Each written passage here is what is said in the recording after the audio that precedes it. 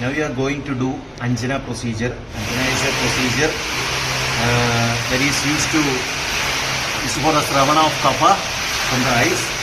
Here we are using Chandrodaya Varti for doing the Anjana. First we have to take the Varti and we have to mix it with honey and we have to grind it and make it a fine semi-solid condition.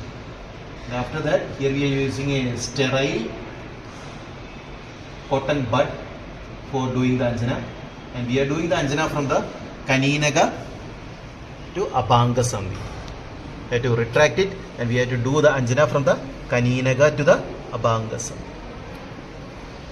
Close it. And the opposite side of the buds we have to use, and we have to do the Anjana from the Kaninaga to Abhanga Sandhi. We have to tell the patient to close their eyes. For sometimes the patient will be having slight burning sensation.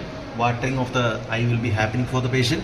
After that, kapha sravana will happen for the patient. So the sodas of the eyes will be cleared, and eye is a organ that is a place of Agni Mahabhuta, and it will be helping to increase the help to increase the clear vision by the removal of kapha.